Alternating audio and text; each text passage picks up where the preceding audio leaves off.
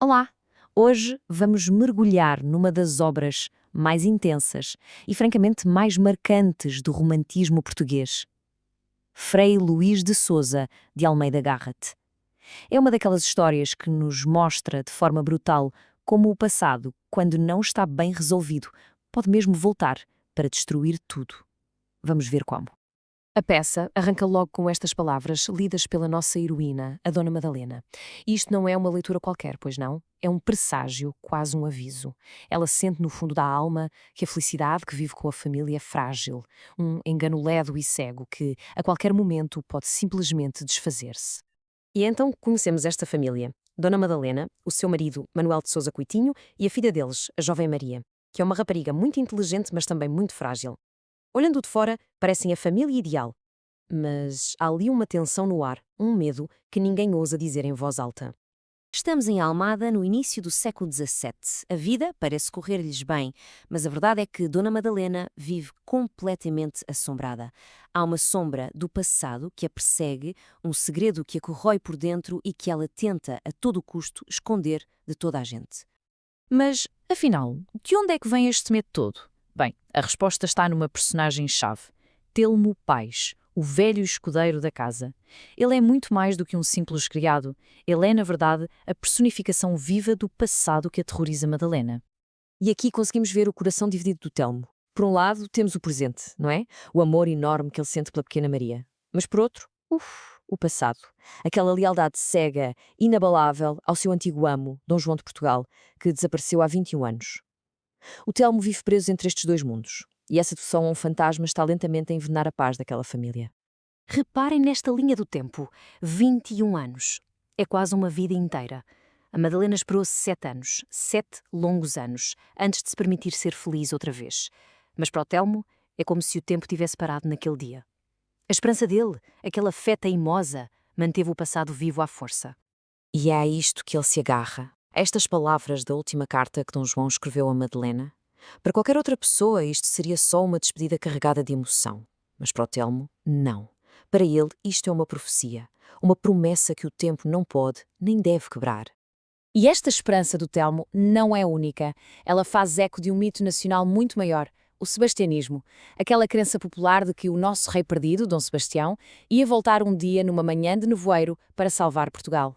É impressionante ver como a esperança de todo um país pode alimentar a fé perigosa de um só homem. E é neste ponto que a política entra em cena e invade a vida privada desta família.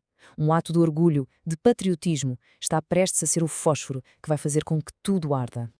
O conflito é inevitável. Os governadores espanhóis querem a casa de Manuel de Sousa Coutinho e ele, como um bom patriota, recusa-se. E num ato de desafio absoluto, o que é que ele faz? Pega fogo ao seu próprio palácio. Prefere vê-lo em cinzas a entregá-lo. Um gesto nobre, sem dúvida, mas que por uma terrível ironia acaba por selar o destino trágico da sua família. Com a casa destruída, a família precisa de um novo sítio para viver. E o único sítio disponível é, precisamente, o lugar que representa o maior pesadelo de Madalena. Tentem imaginar o terror da Madalena. Para ela, aquela casa não é um abrigo, é um túmulo. Um santuário à memória do primeiro marido. Ela está, literalmente, a entrar na casa do fantasma que a persegue há anos. As palavras dela dizem tudo. Ela não tem medo de uma simples recordação. Ela tem uma presença, uma sombra despeitosa que, ela acredita, veio para os separar para sempre. De repente, o passado deixou de ser uma memória para se tornar uma ameaça bem real. E como se não bastasse, em lugar de destaque na parede, está o retrato de Dom João. A sua presença agora é física, é visual, está ali a observar todos os movimentos. O passado está literalmente a olhar para eles. E agora é que a tensão acumulada ao longo de anos explode-se. Um estranho chega à porta e ele traz o passado consigo.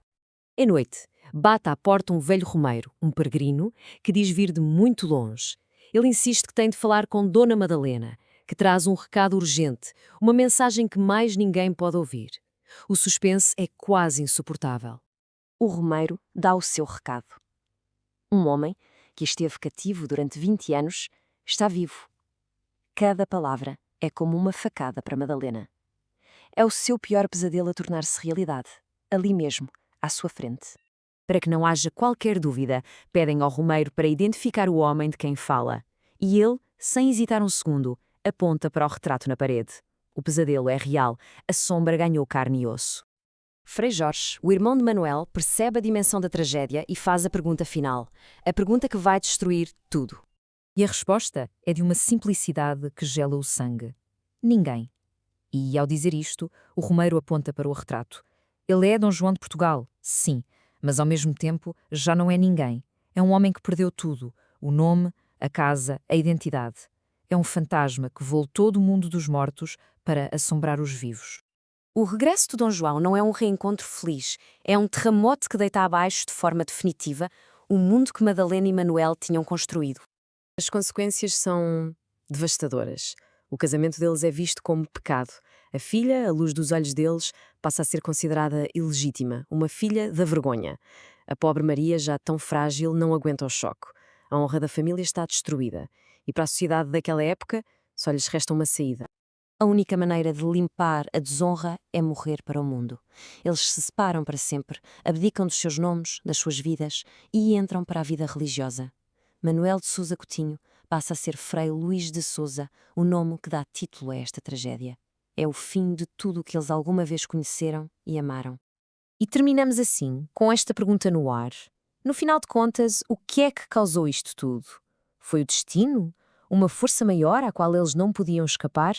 Ou foram as próprias escolhas deles? A angústia de Madalena, a fé cega de Telmo, o patriotismo impulsivo de Manuel? Será que foram eles que, passo a passo, construíram o seu próprio fim? É uma questão poderosa que Almeida Garrett nos deixa e que dá muito que pensar.